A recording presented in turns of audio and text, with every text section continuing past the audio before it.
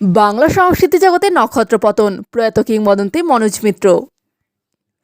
বিনীত গোয়েল নিজে আমাকে ফাঁসিয়েছে, এবার নাম বলে দিলেন সঞ্জয়। আরজিকর বিচার পর্বের শুরুতেই বিস্ফোরণ।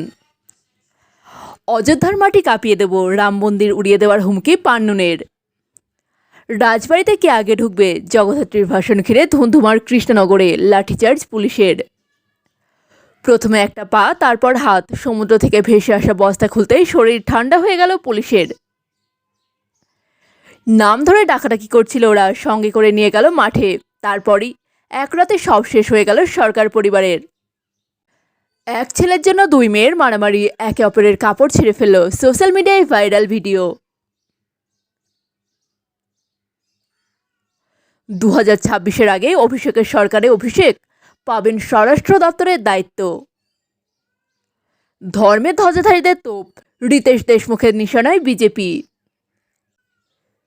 শীত আসছে কবে থেকে, জানিয়ে দিল হাওয়া অফিস। আসছে বিস্তারিত আলোচনায়। প্রয়াত মনোজ মিত্র থিয়েটার ও চলচ্চিত্র জগতের কিংবদন্তি শিল্পী বেশ কিছুদিন ধরেই বার্ধক্যজনিত অসুস্থতায় ভুগছিলেন। মঙ্গলবার সকাল 8:50 নাগাদ তিনি শেষ নিঃশ্বাস ত্যাগ করেন। সংবাদ মাধ্যমকে এই খবর জানান অভিনেতার ভাই সাহিত্যিক অমর মিত্র। 85 বছর বয়সে প্রয়াত হলেন বাঞ্ছারামের বাগান আদর্শ হিন্দু হোটেল খ্যাত অভিনেতা।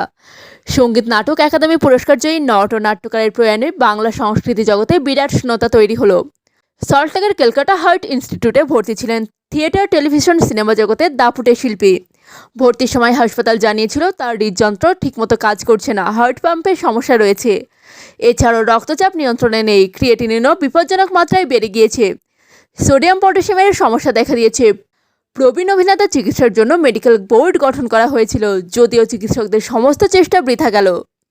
মনোজ মিত্রের জন্ম 1938 সালের 22শে ডিসেম্বর ব্রিটিশ ভারতের সাতক্ষীরা জেলার ধুলিহর গ্রামে। 1957 সালে কলকাতায় মঞ্চনাটকে অভিনয় শুরু মনোজ মিত্রের। 1979 সালে তিনি চলচ্চিত্রে অভিনয় শুরু করেন। রবীন্দ্রভারতী বিশ্ববিদ্যালয়ের নাট্যকলা বিভাগের অধ্যক্ষ হিসেবে যোগ দেওয়ার আগে বিভিন্ন কলেজের দর্শন বিষয়েও শিক্ষকতা করেছেন। যদিও প্রথম নাটক মৃত্যুর চোখে জল লেখেন 1959 সালে, কিন্তু 1972-এ চাক ভাঙা মধু নাটকের মাধ্যমে তিনি পরিচিতি তৈরি করেন। ওই নাটকটির মঞ্চ নির্দেশনা করেন বিভাস চক্রবর্তী। নাট্যগোষ্ঠী সুন্দরম প্রতিষ্ঠাতাও মনোজ মিত্র। থিয়েটারের মতোই চলচ্চিত্রে অভিনয় শুরু করেও খ্যাতি অর্জন করেন কিংবদন্তি শিল্পী।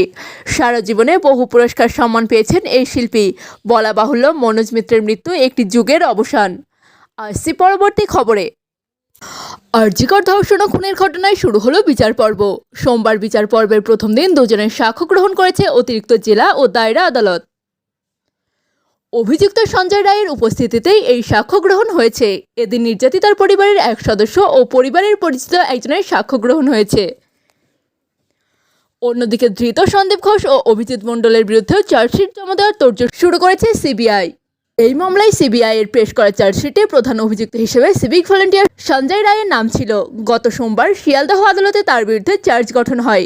আদালত থেকে তাকে নিয়ে যাওয়ার সময় প্রিজন ভ্যান থেকে সরকার তাকে ফাঁসাচ্ছে বলে বিস্ফোরক অভিযোগ করেন তিনি। সঞ্জয় বলেন, বিনীত গোয়েল আমাকে ফাঁসিয়েছে, ডিসি স্পেশাল আমাকে ফাঁসিয়েছে, বড় বড় অফিসাররা আছে, সরকার ওদের সাপোর্ট করছে।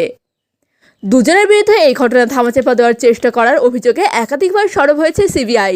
ধৃতদের বিরুদ্ধে চার্জশিট দিয়ে নতুন ধারা যোগ করার আবেদন জানাতে পারে কেন্দ্রীয় তদন্তকারী এজেন্সি। আরজিকর হাসপাতালে চিকিৎসক তরুণীর খুন এবং ধর্ষণ মামলায় প্রথম থেকেই নজরে ছিল মূল অভিযুক্ত ছাড়াও আরও একাধিক ব্যক্তি। বিভিন্ন মানুষের দাবিও ছিল সঞ্জয় ছাড়াও একাধিক নাম থাকতে পারে আরজিকরের ঘটনার সঙ্গে। যদিও প্রাথমিক চার্জশিটে শুধু সঞ্জয়ের নামে আদালতের কাছে দিয়েছিল সিবিআই। এবার কি তবে নতুন কারো নাম জড়াবে চিকিৎসককে ধর্ষণ ও খুনের ঘটনায়? প্রশ্ন উঠছে সব মহলে। আসছি পরবর্তী খবরে। মাত্র কয়েকদিন আগের কথা, এয়ার ইন্ডিয়ার বিমান উড়িয়ে দেওয়ার হুমকি দিয়েছিল খলিস্তানি জঙ্গি গুরপতন সিং পান্নুন। এবার সরাসরি অযোধ্যার রাম মন্দির উড়িয়ে দেওয়া হবে বলে হুমকি এলো। এক ভিডিও বার্তায় পান্নুন হুমকি দিয়েছে আগামী 16 থেকে 17 নভেম্বরের মধ্যে রাম মন্দির হামলা হবে। তবে শুধু রাম মন্দির নয়, ভারতের একাধিক মন্দির উড়িয়ে দেওয়ারও হুমকি দেওয়া হয়েছে ওই ভিডিও বার্তায়। সূত্র মারফত জানা গেছে কানাডার ব্রাম্পটনে এই ভিডিও শ্যুট করা হয়েছে। পান্নুনকে বলতে শোনা গেছে অযোধ্যার মাটি কাঁপিয়ে দেওয়া হবে। এই ভিডিওতেই ভারতের প্রধানমন্ত্রী নরেন্দ্র মোদীকে অযোধ্যার রাম মন্দিরের উদ্বোধন করতে দেখা গেছে।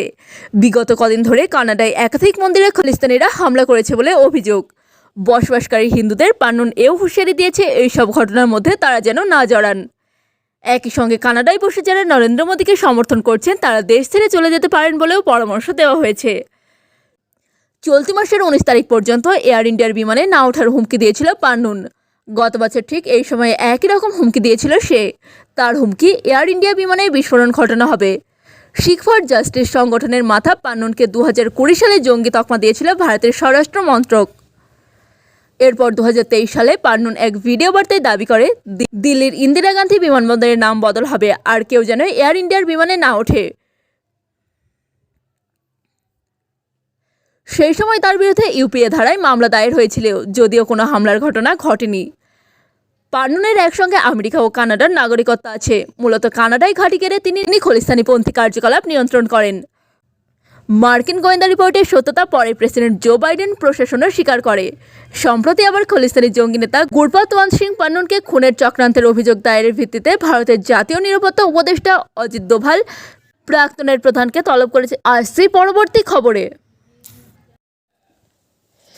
সমুদ্রের পাড়ে ভেসে এসেছিল মস্ত এক প্লাস্টিকের বস্তা। সবাই ভেবেছিল বস্তার ভিতরে দামি কিছু রয়েছে হয়তো, কিন্তু পুলিশ এসে বস্তা খুলতেই চক্ষু চড়ক গাছ সকলের। কোনো অমূল্য রত্ন নয়, এক এক করে বেরোলো কাটা হাত পা। এভাবেই বস্তার ভিতর থেকে 7 টুকরো দেহ উদ্ধার করা হলো। ঘটনাকে কেন্দ্র করে তীব্র চাঞ্চল্য ছড়িয়েছে।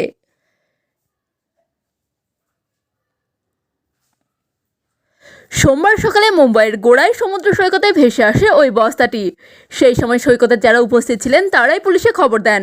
পুলিশ এসে ওই বস্তার ভিতর থেকে টুকরো টুকরো করা দেহ উদ্ধার করে। মৃতদেহটি এক ব্যক্তির, তবে তার পরিচয় জানা যায়নি। দেহটি উদ্ধার করে ময়না তদন্তের জন্য পাঠিয়েছে পুলিশ। শুরু হয়েছে তদন্তও।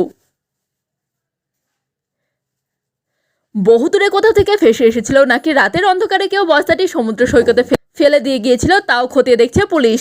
ঘটনাকে কেন্দ্র করে ব্যাপক চাঞ্চল্য ছড়িয়েছে। আসছি পরবর্তী খবরে।